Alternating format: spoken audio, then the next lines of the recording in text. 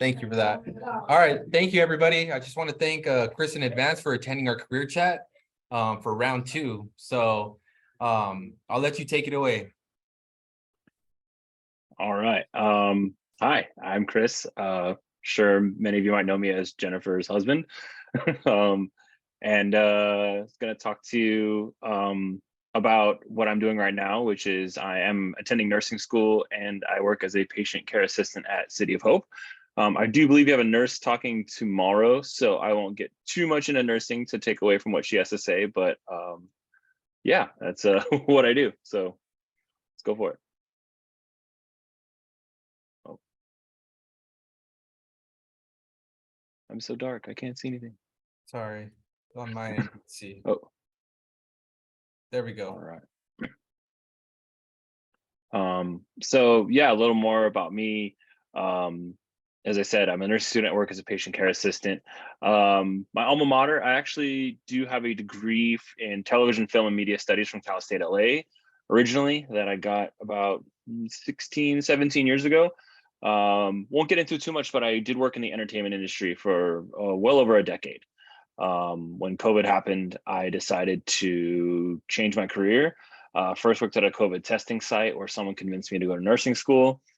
Once COVID started to not be such a panic, the site closed and got a job at City of Hope, which is in Duarte. It's a giant hospital that you can see off the 210 freeway. It is a cancer hospital mostly.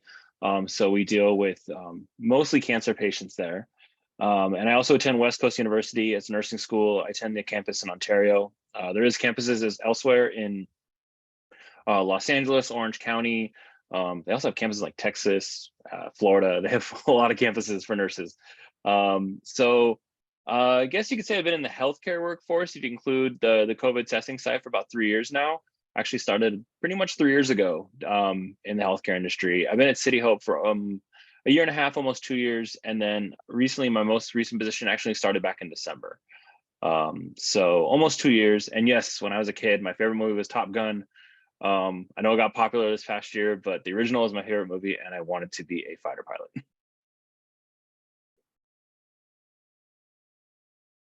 All right, so the work that I do as a PCA, my job is basically to assist the nurses on our unit. So I work in a unit that has about 29 beds.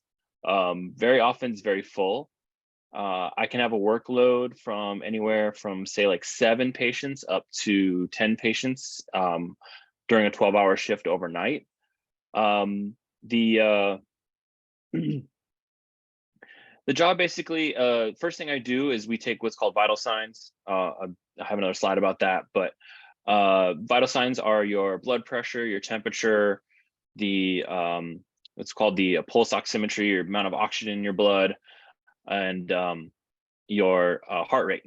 And so what I do is I go to each room, I use a special machine to take these vital signs, and then I chart them in the computer.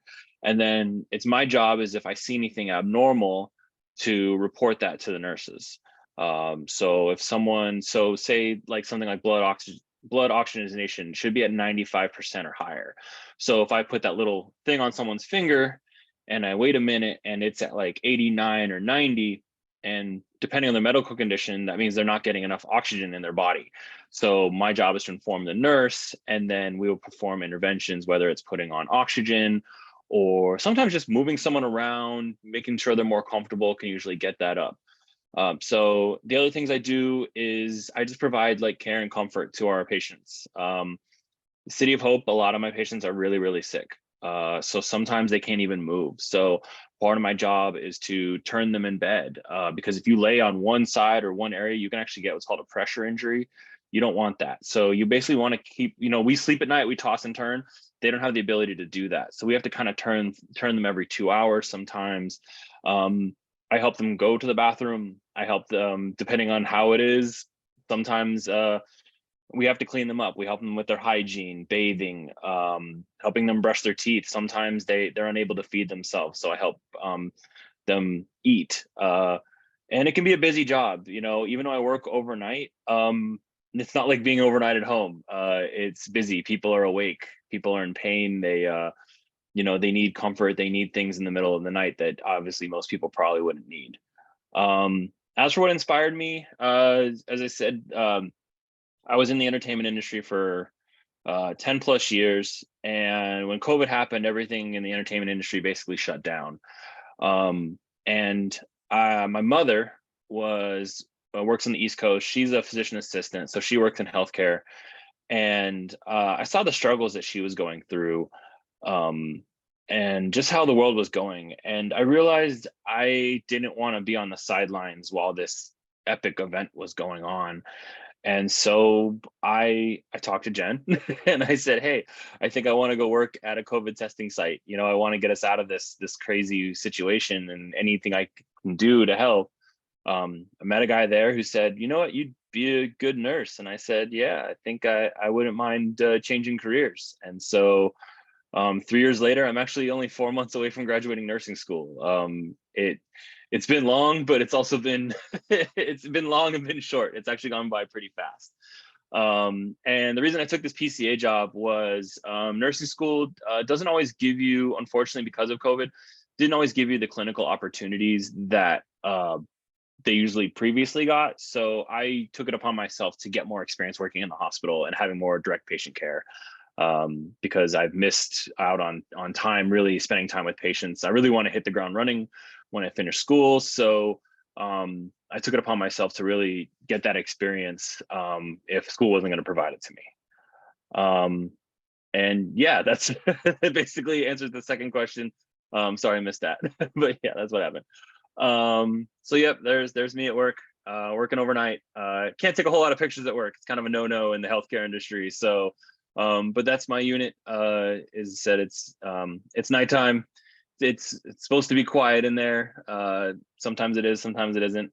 And then yeah, day in the life, as I kind of went over this before. So taking vital signs is like one of my major parts of my job. There's also like patients sometimes have things like drains coming out of their body, things like that. So I have to empty the drains, measure what's coming out of them. I measure their pee. I do things like that. Things that we don't think about doing are actually very important in a hospital. We need to see what people are eating, what people is leaving their body, to make sure that they are, getting back to normal if they can be. Instead, providing comfort, hygiene, and notifying nurses. I work with a great team of nurses. They're fantastic, because they know what I'm going through. They're super supportive, and we work as a team. All right. And then grit, what motivates me? A lot of things. First and foremost, one of the reasons I wanted to go in this career path was I have a family. If you go over to Jen's desk, you can see all of us, pictures of all of us. And I wanted a career that would hopefully give me a good work-life balance. A lot of nurses only have to work 3 days a week. They're 12-hour shifts, so they're long. But that would provide me more time to spend with my family. And I won't lie, I want a steady income, and nurses can make a good living. You're not making doctor money, but you can make close to it, if you work hard and work the right places and get the right degrees. And what do I want to do when I give up? I just have to remind myself that there's a reason I'm doing this. There's a reason I'm this is for my family. This is not just it's for my own personal happiness too. Like, I wasn't happy in my previous career, so this was, that's my motivation, especially when I've gone this far and my degree is not cheap and things like that. I just want to get done and get through it and be able to find that work-life balance that has been tough to come across at times over the past few years. Hardest professional obstacle to overcome, I would think I'm going through right now. I'm 42 years old. Most people in their late 30s, early 40s don't think like, yeah, I'm going to change careers right now. I'm going to just go in a completely different direction. But I will say that don't let age define what you do for the rest of your life. If, I know you guys are all, in your teens right now, but don't think like the decisions you make regarding your career right when you get out of high school or college have to define you for the rest of your life. If you're unhappy doing something, don't be afraid to make a change. So that's something advice I'd really like to give is you're never too old to make a change, you know, just make sure you think about it. Don't make a drastic decision. When I made this decision, it was conversations. It was a lot of conversations. You know, there was some second guessing, but you know, I'm happy where I'm at now. I can't wait to be done, and I'm not looking back. I like to tell people, you know, why did you leave that industry? Why did you leave television? It sounds so cool. It wasn't that cool for me. And I'm happier being able to help people now than I was putting people on reality shows for years before that. And most impactful part of my job, you know, for those who've been in the hospital or a family in the hospital, you understand that it's not a place you want to be. It's not a place that patients want to be. And when I am able to provide comfort to someone, even just something small, it could just be something like a smile or a hello or holding their hand, you know, and when they know you're providing that comfort to them, and they acknowledge that, that's like the best part of my job. You know, I mean, I'll have some old patients, they'll just give me a little, you know, hold my finger or something like that when, you know, they're feeling pain or discomfort, and knowing that I'm there to comfort them is really, really the reason I'm doing this. Yeah, so day in the life of nursing. So that was me on the left. I guess a little over a year ago. It was one of my first clinical rotations. We were working in a senior living. We were studying, I should say, in a senior living home over in Duarte called Royal Oaks, and they had some pretty strict rules on what we could wear. So, because the patients were so vulnerable to any sort of sickness, we had to wear the face shields, the masks, everything. You know, luckily we've gone away from that. I remember when we went to the restaurant, and that's what our servers looked like. And so yeah, but that in some situations, depending on where you work, you still have to put on all this protective equipment to make sure you're not only protecting your patients but yourself. There's my family, there's my motivation, and yeah, my free time. I love to play rugby. It's something I started when I was 35. It's a tough, bone crushing sport, but that's my outlet, you know, and I just want to run out and do something crazy, you know. You know, it's, yeah, I get tackled, I could possibly get hurt, but it's pretty much my outlet for everything. And it's also because it's the team I guess plan gets to play internationally. I've gotten to travel to places like Amsterdam and Canada. It's a ton of fun. And so it's not for everyone, but if you ever want to know a little more about it, you can talk to Jen. I'd be happy to talk about rugby. I always tell people to, you know, if you're ever going to try something new, go for it. If you're, you know, in the physical shape, or even if you're not in physical shape, it's a great way to get in shape or just have a good time. You know? And so yeah, what life lessons has work taught me. Going back to what I said, you're never too old to change. You're never too old to try something new. That's for everything, whether it is a career change, a hobby. I literally told Jen the other day, like, I think I might try playing the bass guitar. Like I haven't played a guitar in 30 years, but I thought I just want to try something new. And I think that's something that I, you know, tell all my friends, my family is like, you know, trying new things, trying hard things is like actually really great when you accomplish it. You don't have to be the best at it. You don't have to be perfect, but trying something new and trying something difficult can really, I think it just opens doors for you. You know, I wouldn't have done this had I not decided to volunteer to COVID testing site. And that's basically when we all thought like, oh my gosh, if you catch COVID, you could die. Like that's what the world was like back then. Like we were all shut inside, like scared. And I said, I want to go out there, you know, and risk my life. That's what we thought we were doing at the time. We were putting ourselves in like danger to try to help the world. And so luckily it wasn't that for you know, my case, but you know, I know it was, a lot of people were sick, a lot of people did die, and I'd like to think that I helped maybe make that less. um Only time will tell. And then last thing, where do I see myself in 10 years? On a beach with my family. But besides that, hopefully I will be there because I have a great career working as a nurse. You know, it has good benefits, and so things like that. So I want to be a working nurse for, I'm 42, you know, give me 20 something years so I can retire. So in 10 years, that's, I might try to get a master's degree, advanced degree. The nurse tomorrow you just talked to, there's endless possibilities when it comes to nursing.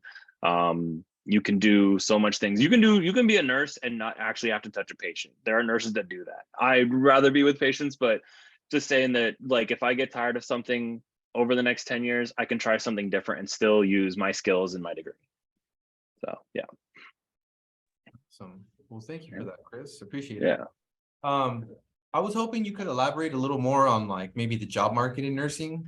Some of our speakers earlier mentioned that their fields are highly competitive, kind of hard to land a gig. What about nursing? Okay, so it's double-edged. The job market for nurses is huge. Basically, there's a international nurse shortage. I have written papers about this for school. Getting a job as a nurse shouldn't be difficult when you're done with school. Here's the hard part: is the competitive part is getting into nursing school, because there's just not a lot of nursing programs out there.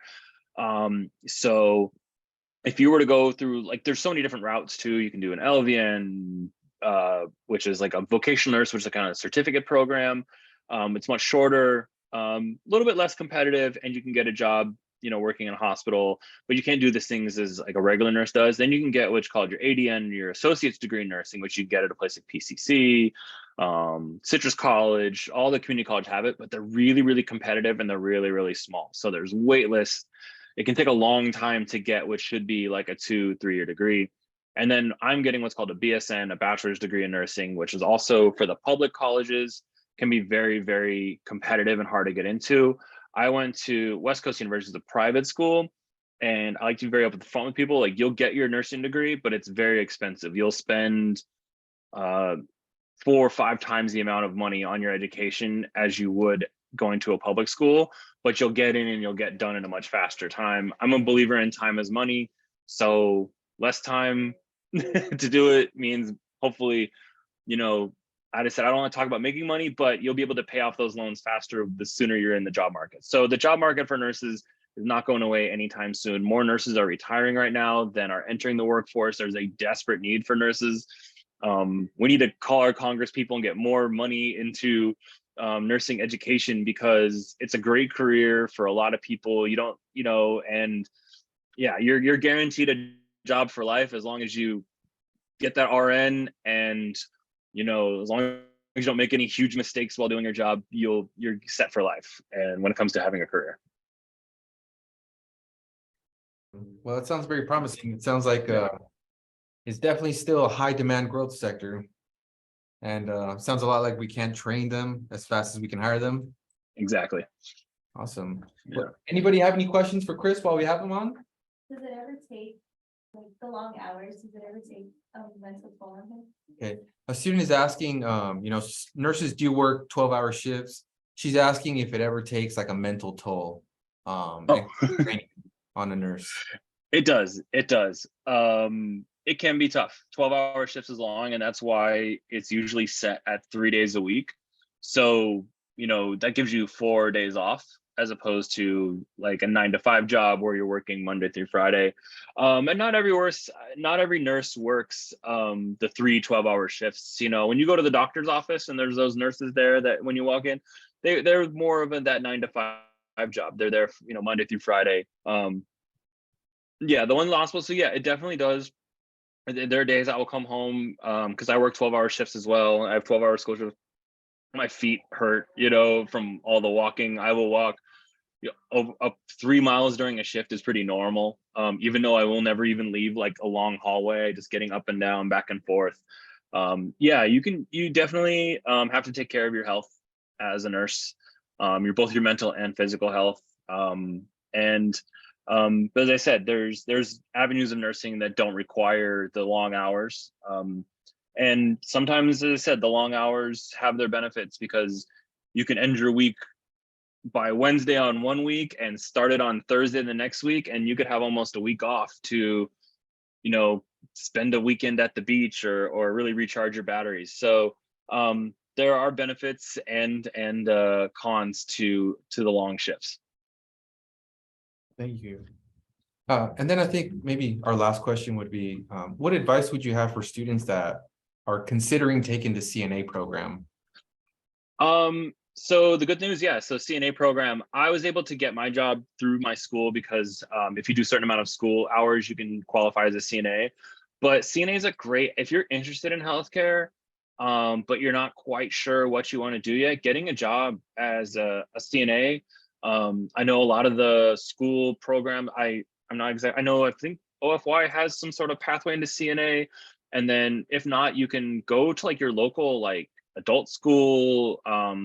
I think the Monrovia Adult School has like a CNA program. I don't know how long it lasts. Maybe like, I think it's like 10 weeks. It's not very long. And you'll have the skills to get in the job and start working in the hospital right away. And then the good part about that is you can see what goes on in a hospital. You can learn about, there's so many different jobs that you'll see, not just nurses, but if you want to be a doctor, if you want to be a physician assistant, which is like what my parents do, if you want to be a respiratory therapist, the dietitian, there's so many different things you can do, you know, by being in the hospital. So if you said, get that CNA certificate, get a job. A lot of hospitals are just looking for CNAs. I know my department could use like 3 or 4 more right now. So we're always looking for people to do these jobs.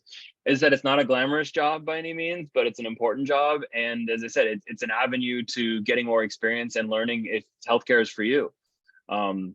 And so I work with old CNAs, I work with young CNAs, some are nursing students, some want to go to respiratory therapy school. There's so many options, and it's a great way to, you know, dip your toe in the water and find out if healthcare is for you. Well, thank you for that. We don't have any more questions in here. I think we'll wrap this up and conclude our career chat with Chris. Just want to thank you again for participating and for gracing us with your presence. I appreciate all the knowledge that you're spreading with our youth here. All right. Okay. Yeah. And if you have any other questions, let Jen know. She can bring them to me. I'll be happy to answer them. Awesome. You hear that, everyone? He's one valuable resource. Don't bombard her. Yeah. But yeah, if you just have any moderation. questions about school or anything like that, you know, I'd be happy to, you know, email links or something like that and help you guys out. All right. Well, thank you so much, Chris. I appreciate it. And All congrats right. on graduating. Thank you. I'm almost there.